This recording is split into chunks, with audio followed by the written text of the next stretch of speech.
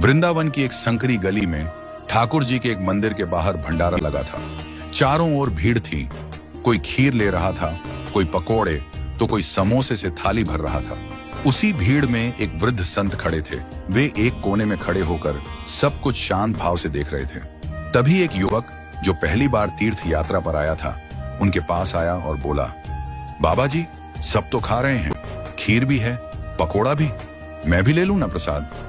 संत मुस्कुराए, पर उनकी मुस्कान में करुणा थी, चेतावनी भी।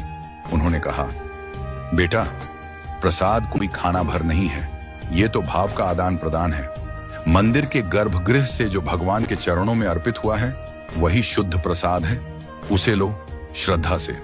पर जो बाहर गलियों में भावनात्मकता और दिखावे में बांटा जा रहा है, वो केवल स्वाद है, पुण्य नहीं। युवक थोड़ा चौंका।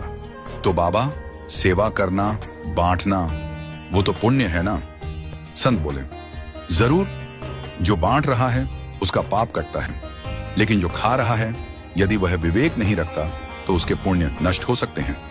बेटा, अगर तू गृहस्थ है, साधक है, भजन करना चाहता है, तो सावधानी रख। बाहर का हर दिया गया पदार्थ न खा, हर बात का भान रख। बिहारी जी या राधा वल्लभ जी के मंदिर से जो थोड़े से तुलसी या मिश्री मिले, वो सच्चा प्रसाद है। पर ये भर भर के खीर, समोसे, पकोड़े, वो मोह है, और मोह से बुद्धि कुंद होती है। जब बुद्धि कुंद होगी, तब भजन कैसे होगा? युवक अब गंभीर हो गया। उसकी दृष्टि अब केवल स्वाद की ओर नहीं थी। अब वह सोचने लगा, क्या मेरा लिया हुआ मेरा ही पुण्य खा रहा है?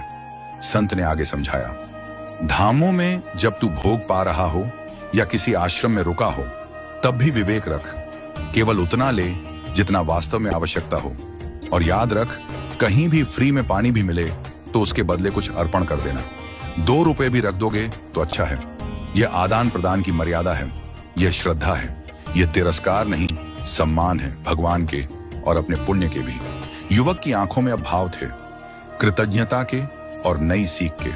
वह अब समझ चुका था कि प्रसाद लेना केवल खाना नहीं है, यह एक आत्मिक निर्णय है, यह भावनात्मक नहीं, आध्यात्मिक है। उसने हाथ जोड़ लिए और धीरे से बोला, अब मैं बिना विवेक कुछ नहीं लूंगा। जहां ठाकुर जी की सेवा हो, वहीं झुकूंगा, वहीं लूंगा, बाकी कहीं भी। चाहे 100 रुपए का स्वाद मिल जाए, मैं अपने हजारों पुण्य नहीं खोऊंगा। संत ने आशीर्वाद दिया, यही श्रद्धा तुझे बांध देगी ठाकुर जी से। अब तू खाने नहीं, भोग समझ कर चलेगा।